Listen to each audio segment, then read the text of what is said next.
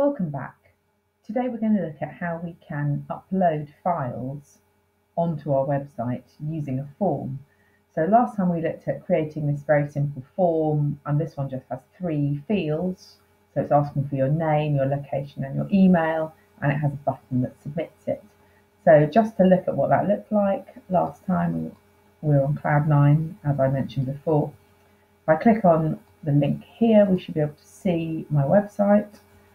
And that was called Simple Form. And when I look at it, these were the 3 fields we looked at adding last time. So I can type in a name, I can type in a location, and I can type in an email. And for some reason there you go, I knew it popped up. It pops up with a message saying it's expecting an @ symbol. So I will type in my @ symbol here, a fake email address, and I click submit. And then we simply got it to repeat back what we just submitted. So nothing particularly exciting there. Now we're going to look at how we can upload a file, because I think many of you will be using an upload facility, whether it's a picture or submitting a worksheet. And we want to basically make our websites include rich media. So for that, we need to do a couple of things. I'm going to add a new attribute to my form, which is called enc type. Now this is to do with the encoding type. We need to tell the form that it's actually going to be having some rich data effectively. So this is called multi-part form. Oh my goodness, I think I've forgotten it, but I think it's form type. Let's just check. Let's see if this works. There you go, multi-part form type. And then if I need to upload a file, we need to actually add another input type. So this time it's an input type equals, and then this is just called a file. So this will give us an upload button, all right? So input type file, and then we give it a name. I'm going to call it user file. Okay, it could be anything. It could be photo. It could be I don't know, user profile picture. So give it a usable name. We'll need it in a second. So now, how are we going to prove that it's actually uploaded something? Well, just like when we posted data to our form, we could use this $post array up here.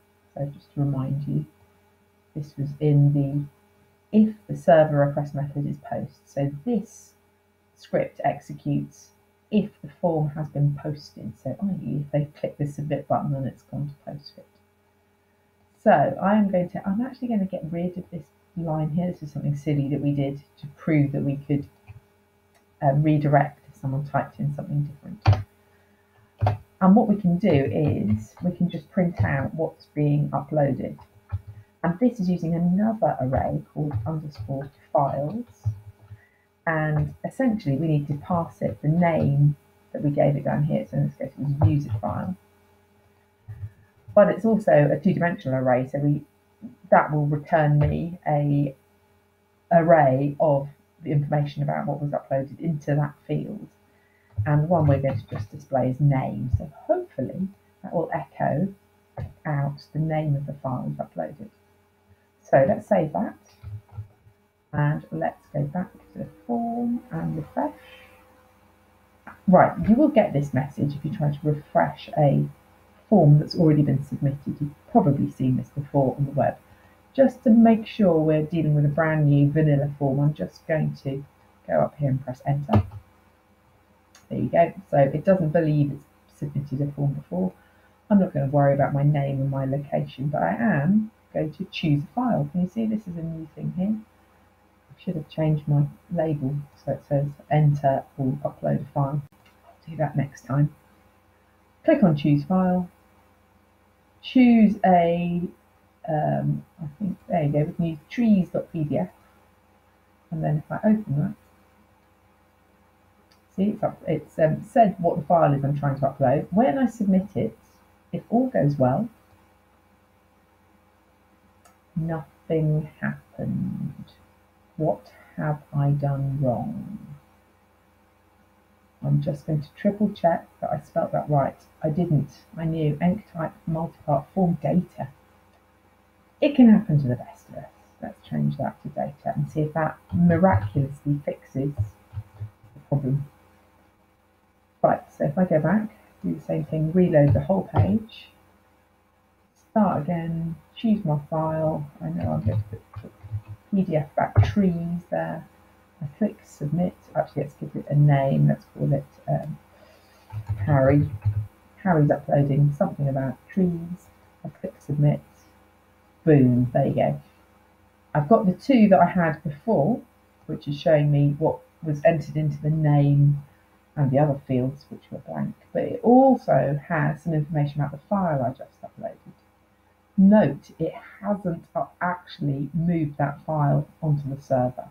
It's probably sitting in a temporary directory somewhere, a temp cache directory somewhere, but I can't actually find it or use it.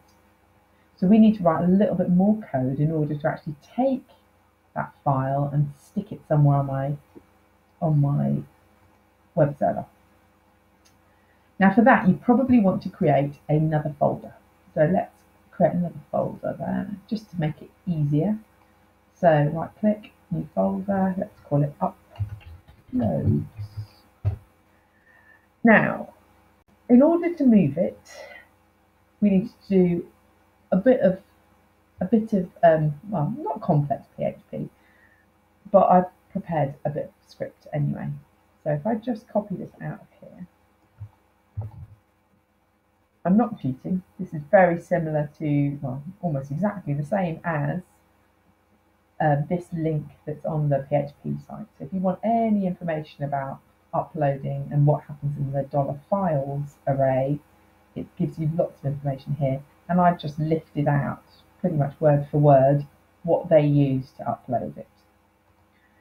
This I'm going to paste in up here. So I'll carry on displaying the name. If I paste in the code we've got here, oh, there you go, that's a duplicate, isn't it? So not only is it displaying the name of the file that's been uploaded, but also the size, also the type. Then what I'm doing here is creating a variable called upload_dir and setting it equal to the folder that I'm intending to upload to, which is uploads inside my file. For those of you who are using Cloud9 and you want to find out how do you know what this is, I'll show you. You should have a tab open that's called Bash, but if you haven't, let's just open a new terminal. And if I type in PWD, which stands for positive current working directory, present working directory, something like that, it tells me what my actual working directory is, and so it's not a great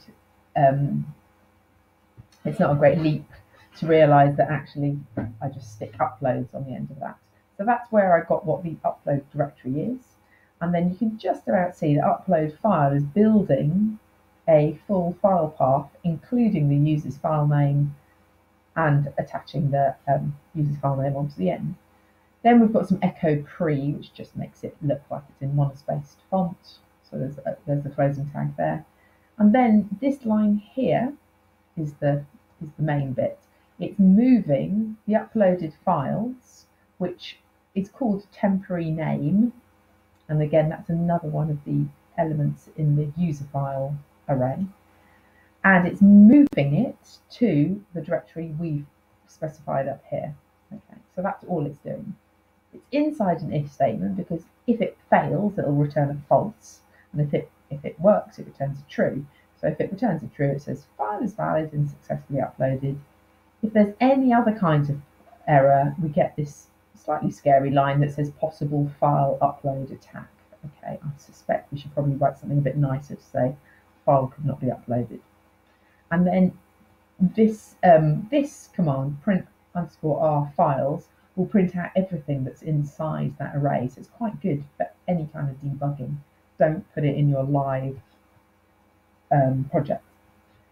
So I am going to have to stop this soon, but let's see if this works. So if I save this, save, and I go back up to my learning thing here, I will just refresh again, and I am going to choose a file, and I am going to choose trees again. There's trees.